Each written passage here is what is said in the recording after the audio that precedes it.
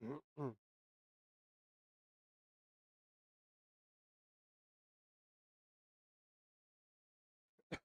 हुँ, हुँ।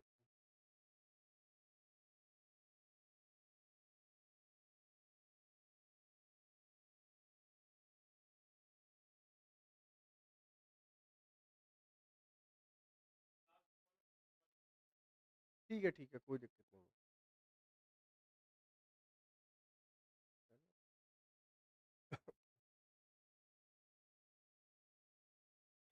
Hello बच्चों, कैसे हो आप सभी? तो बच्चों आज के इस मैं आप लोगों के सामने डिस्कशन करूंगा धात्विक बंध के बारे में, मतलब मेटेलिक बॉन्ड के बारे में। बच्चों इससे पहले वाले लेक्चरों में मैं आप लोगों के लिए आयनिक बंध को बिल्कुल कंप्लीट करवा चुका हूं। आयनिक बंध के जितने भी लेक्चर थे वो सारे लेक्चर बच्चों मैं आप लोगों के लिए कंप्लीट करवा चुका हूं। आप सभी बच्चे उन नोट्सों को तैयार कर लेना और जितने भी आप लोगों के लेक्चर हैं वो लेक्चरों को तैयार कर लेना। और जितने भी बच्चे जो नए जुड़ रहे हैं भैया आप लोग सिलेबस वाले लेक्चर से स्टार्ट करना और पूरे लेक्चरों को देखना, क्योंकि जितनी भी चीजें है ना बच्चों वो सारी चीजें मैंने आप लोगों को बेसिक से पढ़ाई हैं। तो बेसिक क्लियर होगा ना, तभी जाकर आप लोगों की सारी चीज बेहतर तरीका से समझ में आएगी। बच्चों मैं आप लोगों के लिए बता देता हूँ केमिस्ट्री कितने बंदे को मतलब केमिस्ट्री कितने बंदों को एक्सप्लेन करती है। केमिस्ट्री बच्चों 5 बंदों को एक्सप्लेन करती है। और वो 5 बंद कौन कौन से हैं एक बार फिर से मैं आप लोगों के लिए बता देता हूं। बच्चों नंबर 1 आयनिक बंध मतलब आयनिक बॉन्ड। नंबर 2 सहसंयोजक बंध मतलब कोवेलेंट बॉन्ड। नंबर 3 धात्विक बंध मतलब मेटेलिक बॉन्ड जिसका मैं अभी डिस्कशन करने वाला हूं। नंबर 4 पे बच्चों उप सहसंयोजक बंध मतलब कोऑर्डिनेशन बॉन्ड। और नंबर 5 पे 5 पर है बच्चों आप लोगों का हाइड्रोजन बंध मतलब हाइड्रोजन बॉन्ड। मैं एक बार से सभी बंदों को आप लोगों के सामने लिख देता हूं, फिर वहां से अपना कॉन्सेप्ट निकालेंगे हम धात्विक बंध का, जिसका डिस्कशन मुझे आज के इस लेक्चर में करना है। तो देखो बच्चों केमिस्ट्री कितने बंदों को एक्सप्लेन करती है? 5 बंदों को। पांचों बंदों को मैं आप लोगों के सामने शो कर देता हूं। बच्चों जो नंबर 1 है आप लोगों का, नंबर 1 पर है वो है आप लोगों का आयनिक बंधु। नंबर 1 पर है आयनिक बंधु। इंग्लिश में इसको हम बोलते हैं आयनिक बॉन्ड। ठीक है, आयनिक बंध मतलब आयनिक बॉन्ड। ठीक है, इंग्लिश भी लिख देता हूं इसकी, आयनिक बॉन्ड। ठीक है जी। नंबर 2 पर है बच्चों आप लोगों का सह संयोजक बंधु। सह संयोजक बंधु, सह संयोजक बंधु। इंग्लिश में इसको हम बोलते हैं covalent bond. Covalent bond, covalent bond. ठीक है। नंबर 3 पर है बच्चों जिसका डिस्कशन मुझे आज के इस लेक्चर में करना है वो है आप लोगों का धात्विक बंधु। धात्विक बंधु, इसको इंग्लिश में बोलते हैं बच्चों मेटेलिक बॉन्ड। Metallic bond. ठीक है जी। नंबर 4 पर है बच्चों आप लोगों का उप सह संयोजक बंधु। उप सह संयोजक, उप सह संयोजक बंधु मतलब coordination bond. Coordination, coordination bond. ठीक है जी। नंबर 5 पर है बच्चों आप लोगों का हाइड्रोजन बंधु। खूब सुना होगा आप लोगों ने हाइड्रोजन बंधु मतलब हाइड्रोजन बॉन्ड। Hydrogen bond. देखो बच्चों अब पूरा ध्यान आप लोग बोर्ड की तरफ रखना। केमिस्ट्री कितने बंदों को एक्सप्लेन करती है बच्चों? 5 बंदों को एक्सप्लेन करती है, जिसमें नंबर 1 पर है आप लोगों का आयनिक बंध मतलब आयनिक बॉन्ड। नंबर 2 पर है सहसंयोजक बंध मतलब कोवेलेंट बॉन्ड। नंबर 3 पर है आप लोगों का धात्विक बंध मतलब मेटेलिक बॉन्ड। नंबर 4 पर है आप लोगों का उप सहसंयोजक बंध मतलब कोऑर्डिनेशन बॉन्ड। और नंबर 5 पर है बच्चों आप लोगों का हाइड्रोजन बंध। लेकिन मजेदार बात क्या है कि बच्चों आप लोगों के बीएससी सेकंड सेमेस्टर में कितने बंद दे रखे हैं? 4 बंद। मतलब ये 4 बंद है ना, ये हम लोगों के बीएससी सेकंड सेमेस्टर में दे रखे हैं। जैसे कि कौन कौन से बंद हम लोगों के सिलेबस में दे रखे हैं बच्चों? हम लोगों के सिलेबस में आयनिक बंद दे रखा है जिसका डिस्कशन मैं कर चुका हूं। बच्चों हम लोगों के सिलेबस में सह संयोजक बंद दे रखा है जिसका डिस्कशन मैं आने वाले लेक्चरों में करूंगा। हम लोगों के सिलेबस में धात्विक बंध दे रखा है, जिसका डिस्कशन मैं आज के इस लेक्चर में करूंगा। और बच्चों, जो आप लोगों का उपसह संयोजक बंध है ना, ये आप लोगों के बीएससी थर्ड सेमेस्टर में दे रखा है। ये आप लोगों का सेकेंड सेमेस्टर में नहीं दे रखा है। इस उपसह संयोजक बंध को मतलब कोऑर्डिनेशन बॉन्ड को हम अगले सेमेस्टर में पढ़ेंगे, मतलब तीसरे सेमेस्टर में पढ़ेंगे। ठीक है ना? तो ये हम लोगों के सिलेबस में नहीं दे रखा है। ये हम लोगों के सिलेबस में नहीं दे रखा है बच्चों। ये किसके में दे रखा है? आप लोगों के थर्ड सेमेस्टर में दे रखा है। ठीक है ना? थर्ड सेमेस्टर में दे रखा है आप लोगों का। और बच्चों, आप लोगों का ये हाइड्रोजन बंधु, ये हाइड्रोजन बंध भी बच्चों आप लोगों के सिलेबस में दे रखा है। ठीक है ना? तो इस तरीका से आप लोगों के सिलेबस में कितने बंद दे रखे हैं बच्चों? 4 बंद दे रखे हैं, और चारों बंद आप लोगों की यूनिट नंबर फर्स्ट में दे रखे हैं। मैं इससे पहले वाले लेक्चरों में भी आप लोगों को बता चुका हूं, ये 4 बंद आप लोगों के यूनिट नंबर फर्स्ट में दे रखे हैं। इनऑर्गेनिक केमिस्ट्री के टॉपिक है। आयनिक बंद मैं आप लोगों को कंप्लीट करवा चुका हूं। सहसंयोजक बंध आने वाले लेक्चरों में कंप्लीट करवाऊंगा। धात्विक बंध आज के इस लेक्चर में करवाऊंगा। और बच्चों, हाइड्रोजन बंध है, इसको भी मैं आगे आने वाले लेक्चरों में करवाऊंगा। और इस बंध का जो डिस्कशन है बच्चों, वो हम किस में करेंगे? बीएससी थर्ड सेमेस्टर में। बात समझ में आ गई ना? ये बात मैंने सारी इसलिए बताई कि आप लोगों को पता होना चाहिए कि केमिस्ट्री कितने बंदों को एक्सप्लेन करती है और हम लोगों के सिलेबस में कितने बंद दे रखे हैं। ठीक है बच्चों? ओके।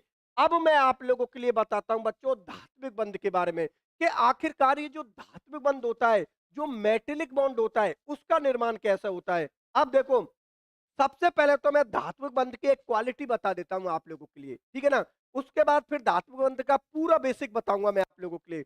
बच्चों, धात्विक बंध की जो सबसे स्पेशल बात है, वो स्पेशल बात यह है कि जितने भी आप लोगों को यहाँ पर ये 5 बंद दिखाई दे रहे हैं, इन 5 बंदों में सबसे मजबूत बॉन्ड, सबसे ताकतवर बंद अगर कोई है, तो बच्चों वो कौन है? धातु बंध। क्योंकि आप लोग अच्छी तरीका से जानते हो कि जितनी भी धातु होती हैं, वो सारी धातु प्रकृति में कौन सी अवस्था में मिलती है? ठोस अवस्था में मिलती है, सॉलिड स्टेट में मिलती है। और बच्चों, आप लोगों को पता है कि धातुओं के अंदर कितनी मजबूताई होती है। लोहा कितना मजबूत होता है, सोना चांदी आप लोगों को पता है ठोस अवस्था में होते हैं, जिनका मेल्टिंग पॉइंट बॉइलिंग पॉइंट बहुत ज्यादा होता है। तो इससे पता लगता है कि धातुओं के बीच में जो धातु, भाई कॉमन सी बात है, धातु धातु धातु जो जुड़ी होती है वो धात्विक बंध से जुड़ी होती है, जो कि सबसे ज्यादा मजबूत बंध होता है। और सबसे ज्यादा जो दुर्बल बॉन्ड होता है, जो वीक बॉन्ड होता है बच्चों, वो हाइड्रोजन बंध होता है। इन 5 बंधों में जो सबसे मजबूत बंध होता है, वो कौन होता है? धात्विक बंध, मतलब मेटेलिक बॉन्ड। और बच्चों, जो सबसे कमजोर बॉन्ड होता है, वीक बॉन्ड होता है, वो कौन होता है? आप लोगों का हाइड्रोजन बंध। इसका भी डिस्कशन आगे आने वाले लेक्चरों में मैं करूंगा। ठीक है ना? तो धात्विक बंध की स्पेशल बात क्या हो गई? धातु बंध की स्पेशल बात ये हो गई कि जितने भी बंध है, उन सब बंधों में सबसे मजबूत बंध है, तो वो कौन है? धात्विक बंध है, मतलब मेटेलिक बॉन्ड है। बात समझ में आ गई भैया? चलो ठीक है। अब बच्चों, मैं इसका बेसिक बता देता हूं कि आखिरकार धात्विक बंध का निर्माण किस तरीका से होगा, और ऐसी क्या बात होती है धात्विक बंध में जिसकी वजह से ये सबसे मजबूत बंध होता है। अभी मैं आप लोगों को सामने एक्सप्लेन करूंगा। तो बच्चों, मैं नया पेज ले लेता हूं। ये लीजिए भाई साहब, हमने ले लिया नया पेज। अब मैं धात्विक बंध को पूरी तरीका से एक्सप्लेन कर देता हूं। आप लोग पूरा ध्यान बोर्ड पर रखना। ठीक है ना? यहां पर लिख देता हूं, धात्विक बंध। धात्विक बंधु मतलब मेटेलिक बॉन्ड। भैया ध्यान से समझ के चलो।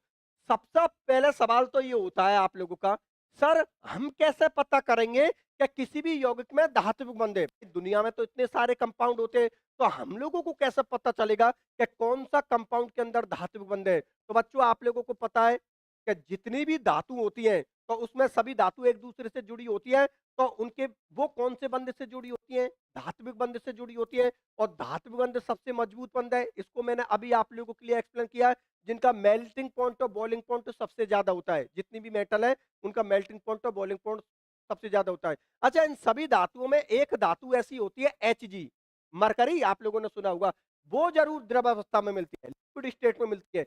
जितनी भी मेटल है ना, जितनी भी धातु है आप लोगों की, उनमें से एक धातु ऐसी है आप लोगों की, जो कि जीके टाइप का क्वेश्चन भी हो गया, जो कि द्रव अवस्था में मिलती है, मतलब लिक्विड स्टेट में मिलती है। और उस धातु का नाम है बच्चों मरकरी। आप लोग सभी अच्छी तरीका से जानते हो, मरकरी मतलब पारा, जो कि कौन सी अवस्था में मिलता है? द्रव अवस्था में मिलता है। ये बात आप लोगों को याद रखनी है। धात्विक बंध की बच्चों आप लोग पहचान ऐसा करोगे कि यदि दो धातु आपस में बंध बना रही हैं तो कॉमन सी बात है वो धात्विक ही बंध होगा। जैसे कि धात्विक बंध का निर्माण कैसे होगा? धातु प्लस धातु, मतलब धातु धातु आपस में मिलकर कौन से बंध का निर्माण करती हैं? धात्विक बंध का।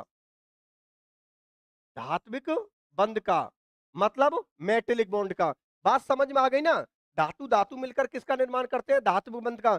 बच्चों आप लोगों को पता है कि जितनी भी धातु होती हैं वो ज्यादातर ठोस अवस्था में होती हैं और सभी धातु विद्युत की सुचालक होती हैं, क्योंकि आप लोगों को पता है कि वो मेटल होती है वो अपने इलेक्ट्रॉन को निकाल कर रखती हैं। मतलब मेटल पर हमेशा कौन सा चार्ज होता है? Positive charge.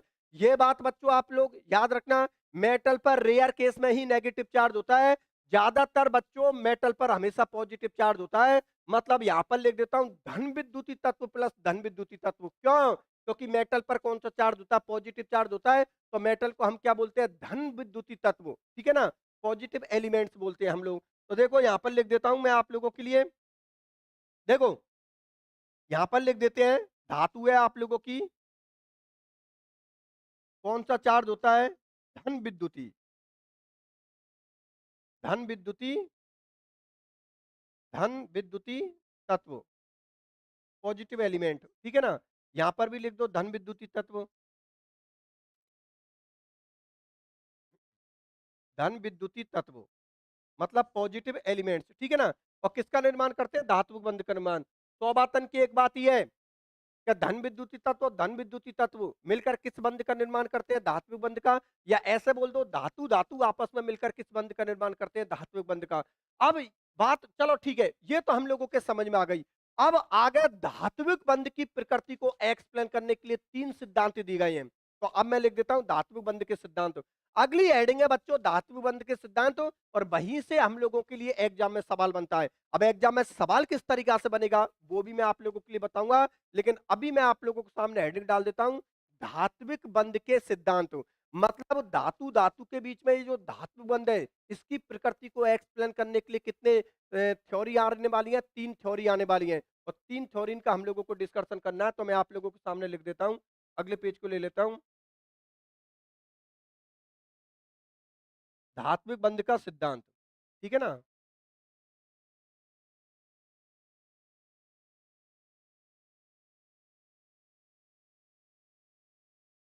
धात्विक बंध के सिद्धांत, थ्योरी ऑफ मेटेलिक बॉन्ड। धात्विक बंध के सिद्धांत मतलब थ्योरी ऑफ मेटेलिक बॉन्ड। ठीक है ना?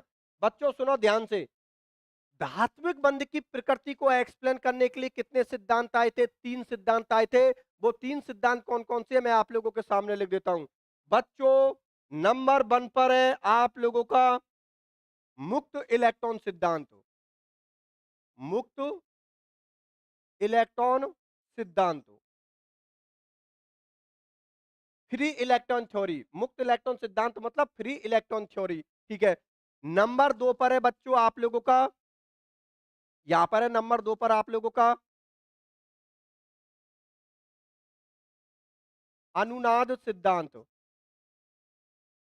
नंबर दो पर है आप लोगों का अनुनाद सिद्धांत या संयोजकता बंध सिद्धांत, या संयोजकता बंध सिद्धांत, बैलेंस बॉन्ड थ्योरी। ठीक है ना?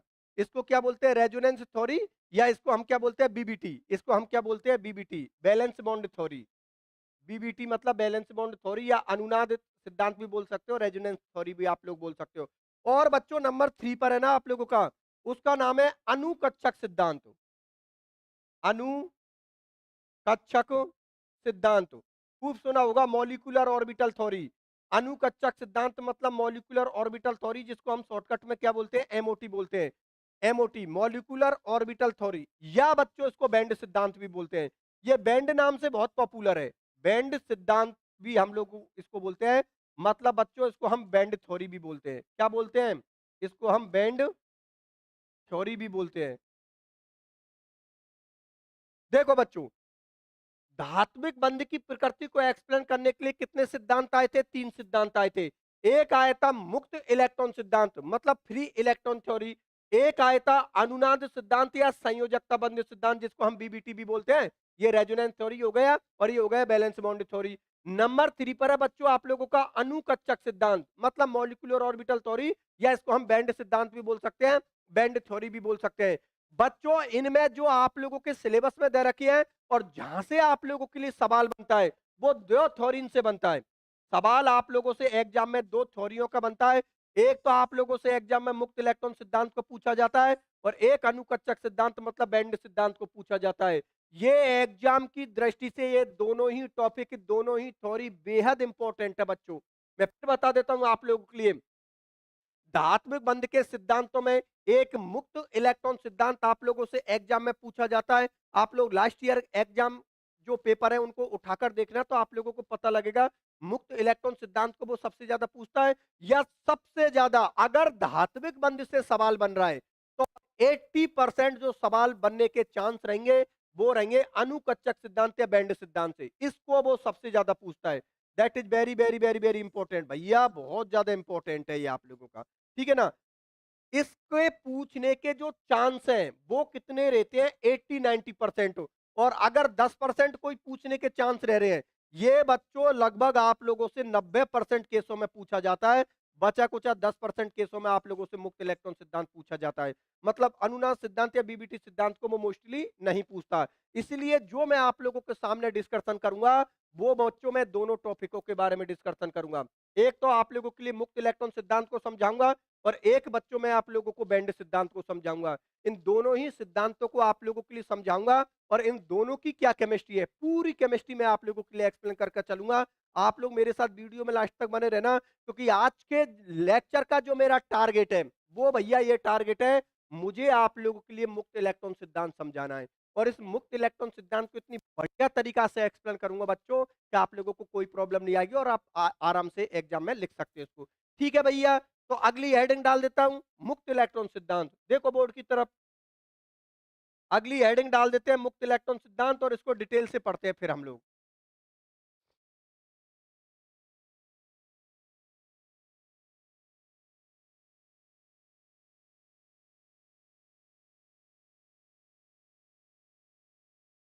ठीक है जी, मुक्त इलेक्ट्रॉन सिद्धांत। तो देखो भैया, नाम से ही पता लग रहा है मुक्त इलेक्ट्रॉन सिद्धांत, मतलब इसके अंदर क्या होता है। इस सिद्धांत में सबसे पहले तो ये बता देता हूं, ये मुक्त इलेक्ट्रॉन सिद्धांत दिया किसने था। तो बच्चों एक साइंटिस्ट था डूड नाम का, ठीक है ना। डूड नाम के साइंटिस्ट ने दिया था। ये क्या है, प्राचीनतम सिद्धांत है, ठीक है ना। प्राचीनतम सिद्धांत का मतलब सबसे पहले इसी सिद्धांत को दिया गया था धातु बंध के लिए। ये बच्चों क्या है, प्राचीनतम सिद्धांत है। इसको सर्वप्रथम दिया गया था डूड के द्वारा। डूड नाम का साइंटिस्ट था, उसने सन 1900 में इस सिद्धांत को दिया था, ठीक है ना। फिर डूड के बाद इसको लॉरेंस नाम के साइंटिस्ट ने दिया था। मतलब सबसे पहले इस सिद्धांत को किसने दिया था, डूड नाम के साइंटिस्ट ने 1900 में दिया था। लेकिन 1916 में लॉरेंस नाम के साइंटिस्ट ने इसके बारे में कुछ और बातें बताई थी। इसीलिए इस सिद्धांत को हम डूड लॉरेंस सिद्धांत बोलते हैं। तो मैं यहां पर लिख देता हूं, ये तो कौन होगा, डूड, और एक था लॉरेंस। डूड लॉरेंस सिद्धांत, और ये बच्चों दिया था इसने 1916 में, ठीक है ना। किसमें दिया था, 1916 में। डूड नाम के साइंटिस्ट ने मुक्त इलेक्ट्रॉन सिद्धांत को 1900 में दिया था। बाद में लॉरेंस नाम के साइंटिस्ट ने इसमें कुछ और बातें ऐड की थी। इसलिए मुक्त इलेक्ट्रॉन सिद्धांत को हम डूड लॉरेंस का सिद्धांत बोलते हैं। किसका सिद्धांत बोलते हैं बच्चों, डूड लॉरेंस का, ठीक है ना। इस सिद्धांत को हम डूड लॉरेंस के सिद्धांत के नाम से भी जानते हैं, डूड लॉरेंस। डूड लॉरेंस सिद्धांत के नाम से भी जानते हैं इसको हम। ये लो, इसको कर देता हूं भैया मैं कोष्टक में बंद। बात समझ में आ गई ना बच्चों। अब देखो, इन साइंटिस्टों ने क्या बात बोली थी मुक्त इलेक्ट्रॉन सिद्धांत में। इन साइंटिस्टों ने बच्चों ये बात बोली थी कि जितनी भी मेटल होती हैं वो अपने इलेक्ट्रॉन को त्याग कर रखती हैं, और मेटल हमेशा अपने पास में कौन सा चार्ज रखती है, पॉजिटिव। मतलब जो मेटल है अपने इलेक्ट्रॉन को त्याग देता है और अपने पास में धनायन ले आता है, मतलब अपने पास में पॉजिटिव चार्ज ले आता है। और जितने भी त्यागे हुए इलेक्ट्रॉन हैं वो एक समुद्र की तरह पूरे उस जो धात्विक क्रिस्टल होगा उसमें फैल जाएंगे। तो उससे क्या होगा, इलेक्ट्रॉन उस धनायन से जुड़कर एक मजबूत बंध का निर्माण करेगा और उस मजबूत बंध को ही हम लोग क्या बोलते हैं, धात्विक बंध, जो कि मुक्त इलेक्ट्रॉन सिद्धांत में एक्सप्लेन किया था। एक बार मैं फिर से एक्सप्लेन कर देता हूं। सबसे पहले तो नाम पर जाइए बच्चों, मुक्त इलेक्ट्रॉन सिद्धांत। ये इलेक्ट्रॉन मुक्त कौन कर रहा है, ये इलेक्ट्रॉन फ्री कौन कर रहा है, मेटल कर रही है बच्चों। जो मेटल है ना, वो अपने इलेक्ट्रॉन को त्याग देती है। तो कॉमन सी बात है, जब मेटल इलेक्ट्रॉन को त्याग देगी तो मेटल पर कौन सा चार्ज आ जाएगा, पॉजिटिव चार्ज आ जाएगा। अब जो इलेक्ट्रॉन मेटल ने त्यागा है ना, वो सभी इलेक्ट्रॉन एक जगह पर इकट्ठे हो जाते हैं और एक समुद्र सा बना लेते हैं। तो जो मेटल के पास में पॉजिटिव चार्ज होता है और जो त्यागा हुआ इलेक्ट्रॉन है, वो एक दूसरे के साथ आकर्षण बल से जुड़ जाते हैं और बस उसी आकर्षण बल को बच्चों हम लोग धात्विक बंध के नाम से जानते हैं। तभी तो धात्विक बंध की यह डेफिनेशन निकलती है कि धात्विक क्रिस्टल में धातु परमाणुओं के मध्य आकर्षण बल को ही हम लोग क्या बोलते हैं, धात्विक बंध। एक काम करता हूं भैया, पहले मैं डायग्राम बना देता हूं और डायग्राम बनाने के बाद फिर इसकी डेफिनेशन को बोलूंगा। अभी विद इन सेकेंडों में आप लोगों को इसकी डेफिनेशन समझ में आ जाएगी और ये मुक्त इलेक्ट्रॉन सिद्धांत भी समझ में आ जाएगा। देखो भाई साहब, पूरा ध्यान बोर्ड की तरफ रखना। मैं अभी इसका डायग्राम बना के इसको दोबारा से एक्सप्लेन करता हूं, ठीक है ना। साइंटिस्टों के नाम रख लेना, डूड और लॉरेंस ने दिया था ये सिद्धांत। चलो ठीक है भाई साहब, इसका जो डायग्राम बनेगा वो ये बनेगा इस तरीका से। ये माना कि कोई धात्विक क्रिस्टल है, ये बच्चों क्या है, कोई धात्विक क्रिस्टल है, मतलब कोई भी मेटल का क्रिस्टल है, ठीक है ना। यहां पर क्या करेगी बच्चों, जो मेटल होगी ना, मेटल वो अपने इलेक्ट्रॉन को त्याग देती है। तो कॉमन सी बात है यार, मेटल अपने इलेक्ट्रॉन को त्याग देगी तो मेटल पर पॉजिटिव चार्ज आ जाएगा और ये इलेक्ट्रॉन इस तरीका से हो जाएगा। मेटल पर पॉजिटिव चार्ज, इलेक्ट्रॉन इस तरीका से, मेटल पर पॉजिटिव चार्ज, इलेक्ट्रॉन पर नेगेटिव चार्ज, मेटल पर पॉजिटिव चार्ज, इलेक्ट्रॉन पर नेगेटिव चार्ज, मेटल पर पॉजिटिव चार्ज, इलेक्ट्रॉन पर नेगेटिव चार्ज, ठीक है ना। वही एक समुद्र सा बना लेंगे पूरा, मेटल पर पॉजिटिव, इलेक्ट्रॉन पर नेगेटिव, मेटल पर पॉजिटिव, इलेक्ट्रॉन पर नेगेटिव, मेटल पर पॉजिटिव, इलेक्ट्रॉन पर नेगेटिव, मेटल पर पॉजिटिव, इलेक्ट्रॉन पर नेगेटिव, मेटल पर पॉजिटिव, इलेक्ट्रॉन पर नेगेटिव कर दीजिए सब में इस तरीका से। जितनी भी मेटल है अपने इलेक्ट्रॉन को त्याग कर रखेंगी और अपने पास में धनायन ले आएंगी और त्यागा हुआ इलेक्ट्रॉन समुद्र की तरह इस पूरे क्रिस्टल में फैल जाता है, ठीक है ना। तो ये पॉजिटिव नेगेटिव से जुड़कर धातु बंध का निर्माण कर लेता है। ये लीजिए, सब में कर दीजिए, ऐसे ही डायग्राम बनाना है भैया आप लोगों को सबको।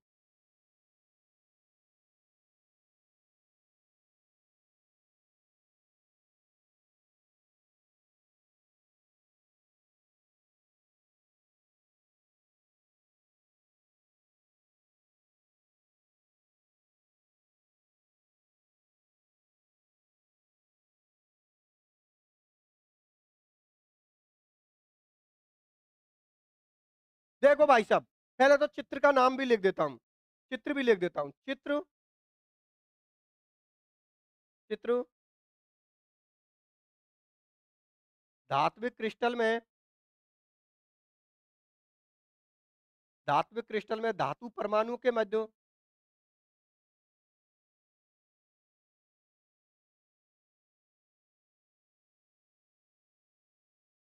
धातु परमाणु के मध्य आकर्षण बल, आकर्षण बल। अब बच्चों पूरा ध्यान आप लोग मेरी तरफ लगा देना, मैं अभी इसको एक्सप्लेन कर देता हूं, आप लोगों को दिखाई दे रहा है ना। चलो ठीक है, अब देखो बच्चों एक बार फिर से मैं इसको एक्सप्लेन कर देता हूं। धात्विक बंध की प्रकृति को एक्सप्लेन करने के लिए यहां पर मुक्त इलेक्ट्रॉन सिद्धांत दिया गया था। नाम से ही पता लग रहा है, मुक्त इलेक्ट्रॉन, फ्री इलेक्ट्रॉन सिद्धांत। तो इसको डूड और लॉरेंस नाम के साइंटिस्ट ने दिया था। सर्वप्रथम इस जो सिद्धांत को दिया था वो डूडू नाम के साइंटिस्ट ने दिया था 1900 में, इसीलिए सबसे प्राचीनतम सिद्धांत है। तीन ही सिद्धांत है आप लोगों का, मुक्त इलेक्ट्रॉन सिद्धांत, बीबीटी और एमओटी, बैंड थ्योरी। उनमें सबसे जो प्राचीनतम है, मतलब जो सबसे पहले दिया गया था, वो मुक्त इलेक्ट्रॉन सिद्धांत ही दिया गया था। तो सबसे पहले इसके बारे में डूडू नाम के साइंटिस्ट ने बताया था। बाद में लॉरेंस नाम के साइंटिस्ट ने सन 1916 में इसके बारे में कुछ और बातें बताई थी, मतलब इसका मॉडिफाइड कर दिया, ठीक है ना। इसीलिए मुक्त इलेक्ट्रॉन सिद्धांत को बच्चों हम लोग डूड लॉरेंस का सिद्धांत बोलते हैं। और इसमें इन लोगों ने क्या बात बताई थी, इन्होंने ये बात बताई थी कि भाई कोई भी धात्विक क्रिस्टल होगा उस धात्विक क्रिस्टल में बहुत सारी मेटल होंगी। अरे भाई कॉमन सी बात है, धात्विक क्रिस्टल बनाए तो कोई एक मेटल से क्यों बनाए कि भाई केवल आयरन का धात्विक क्रिस्टल है तो केवल एक ही आयरन है। अरे वहां पर तो लाखों करोड़ों आयरन होते हैं। भाई आप लोग अच्छी तरीका से जानते हो, जैसे कि सपोज कीजिए ये कोई मेटल की है, लोहा की बनी है, लोहा की बनी है ये, ठीक है ना।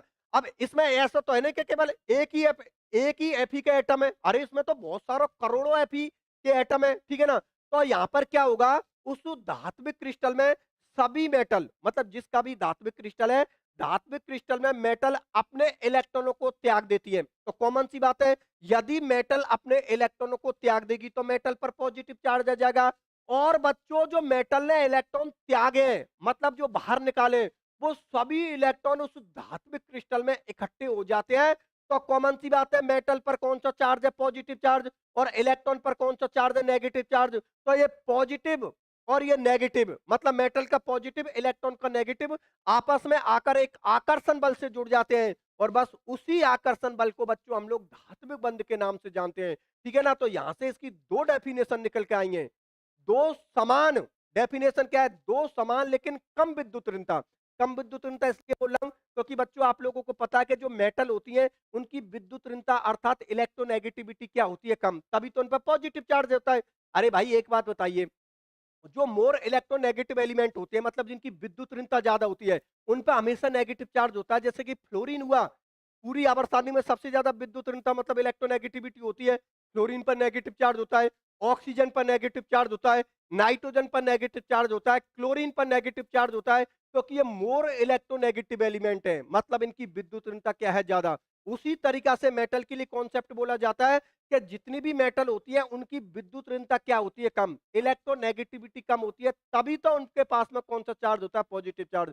भाई हम लोगों ने सबने एक बात सुनी है कि जो मेटल होती है वो मेटल पर कौन सा चार्ज होता है, पॉजिटिव चार्ज होता है। बिकॉज क्योंकि मेटल हमेशा अपने इलेक्ट्रॉन को निकाल के रखती है, तभी तो आकर्षण बल होता है। और इसलिए मेटल विद्युत की चालक होती है। विद्युत की चालक क्यों होती है मेटल, क्योंकि मेटल अपने इलेक्ट्रॉन को त्याग कर रखती है, त्याग कर रखती है तो आयन फ्री रहते हैं। आयन फ्री आयन विद्युत के क्या होते हैं, सुचालक होते हैं। मेरी बात आप लोग समझ में आ रही है ना। तो बस यहाँ पर भी वही कॉन्सेप्ट लगेगा कि जो मेटल होंगी वो अपने इलेक्ट्रॉन को धात्विक क्रिस्टल में त्याग देंगी तो मेटल पर पॉजिटिव चार्ज आएगा, सभी इलेक्ट्रॉन उस क्रिस्टल में इकट्ठे हो जाएंगे जो कि उन सभी पॉजिटिवों से जुड़ जाएंगे। मेटल के सभी पॉजिटिवों से वो त्यागे हुए इलेक्ट्रॉन एक आकर्षण बल से जुड़ जाएंगे। और बस उसी आकर्षण बल को हम किस बंध के नाम से जानते हैं, धात्विक बंध के नाम से जानते हैं। इस बात को किसने बताया था, डूड और लॉरेंस नाम के साइंटिस्ट ने। तो यहां से धात्विक बंध की दो डेफिनेशन निकली है। क्या निकली है, मैं दोबारा से डेफिनेशन बोल रहा हूं। दो समान लेकिन कम विद्युत ऋणता, दो समान लेकिन कम विद्युत ऋणी परमाणु के मध्य के आकर्षण बल को हम लोग क्या बोलते हैं, धात्विक बंध।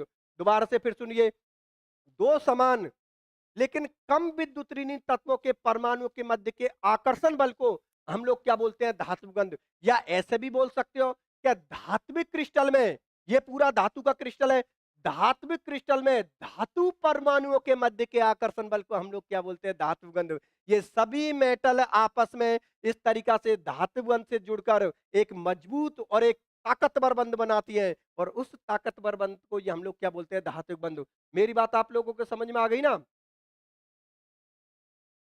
ठीक है, ठीक है। किसी बच्चे को कोई दिक्कत, ये समझ में आ गए ना। चलो ठीक है, और यहाँ पर इस डायग्राम का नाम भी लिख दिया, धात्विक क्रिस्टल में धातु परमाणु के मध्य के आकर्षण बल। मतलब ये कोई धात्विक क्रिस्टल है और इसमें धातु परमाणु के मध्य एक आकर्षण बल हो रहा है, और इस आकर्षण बल को हम लोग क्या बोलते हैं, धात्विक बंध। अब सुनो मेरी बात ध्यान से, ये धात्विक बंध है ना बच्चों, ये एक विशेष प्रकार का बंध है। अब आप बोलोगे सर ऐसी क्या बात आ गई कि विशेष प्रकार का बंध हो गया। बच्चों गौर से देखिए, इसमें आयनिक बंध जैसा गुण भी होता है और सहसंयोजक बंध का भी गुण होता है। ये जो धात्विक बंध है ना, इसमें आयनिक बंध जैसा भी गुण होता है और सहसंयोजक बंध जैसा भी गुण होता है। इसीलिए धात्विक बंध एक विशेष प्रकार का बंध होता है जिसमें आयनिक बंध के भी गुण होते हैं और सहसंयोजक बंध के भी गुण होते हैं। कैसे भाई, एक बात बताओ, यहाँ पर पॉजिटिव नेगेटिव मतलब आयन आ रहे हैं, मेटल पर पॉजिटिव चार्ज आ रहा है, इलेक्ट्रॉन पर नेगेटिव चार्ज आ रहा है। एक बात बता, पॉजिटिव नेगेटिव कौन से बंध में आते हैं, आयनिक बंध में ही तो आते हैं। पढ़ के आ गए आप लोग आयनिक बंध। आयनिक बंध बोलते किसको है, अरे सीधे शब्दों में आयनिक बंध की डेफिनेशन बोलोगे तो क्या बोलोगे, अरे दो आयनों के मध्य का आकर्षण बल को ही हम लोग क्या बोलते हैं, आयनिक बंध। तो यहाँ पर भी तो आयन बनने हैं, मेटल पर पॉजिटिव है, इलेक्ट्रॉन पर नेगेटिव है, तो पॉजिटिव नेगेटिव हो गए ना आयन, ठीक है ना? इसलिए इसका नेचर कैसा होता है? धात्विक बंध जैसा, सॉरी, इसका नेचर कैसा होता है? आयनिक बंध जैसा। और उसके बाद इसका नेचर सहसंयोजक बंध जैसा भी होता है। क्यों? क्योंकि यहाँ पर क्या होती है, मेटल की ऑक्सीडेशन स्टेट ज्यादा होती है। जैसे कि एमएन, खूब सुना होगा आप लोगों ने एमएन के बारे में।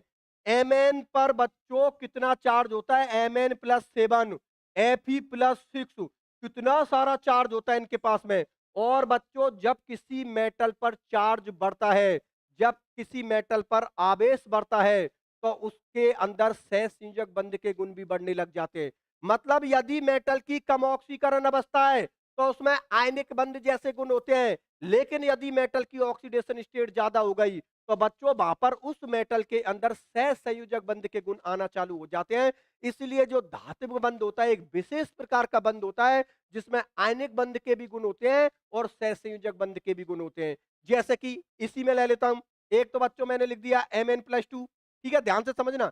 एक लिख दिया मैंने Mn+2, इधर लिख दिया बच्चों मैंने Fe+2, ठीक है ना? देखो, Mn+2, Mn+7, Fe+2, Fe+6।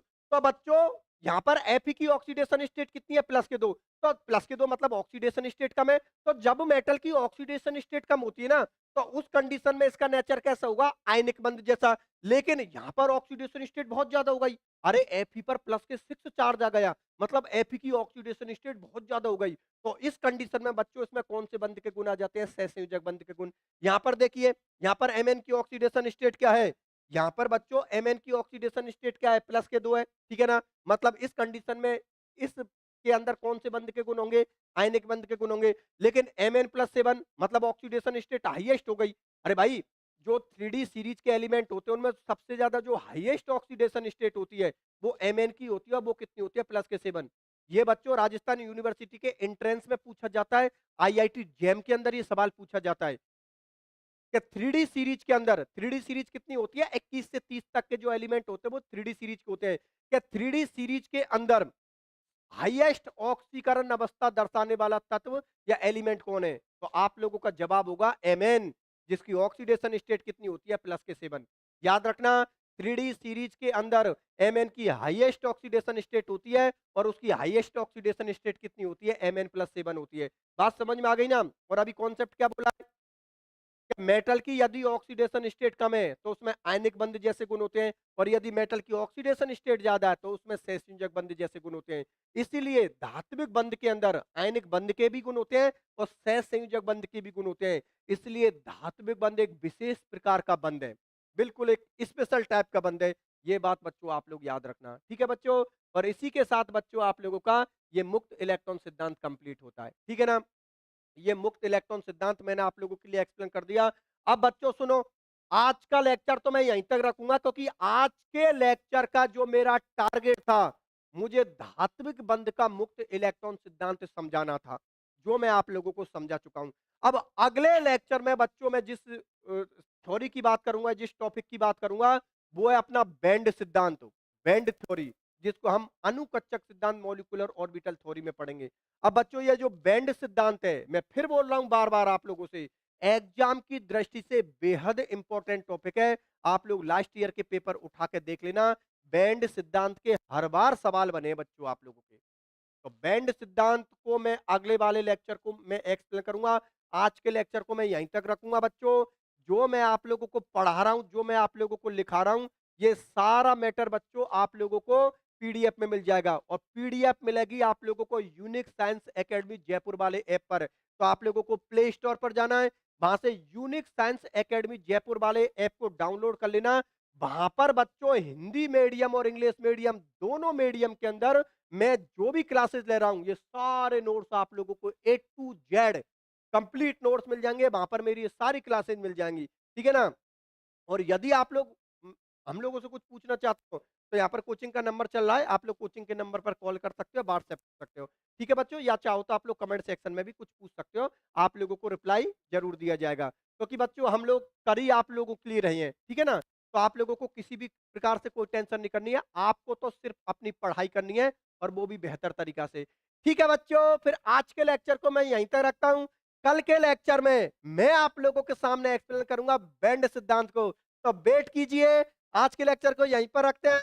मिलते हैं फिर अगले लेक्चर में, तब तक के लिए बाय बाय।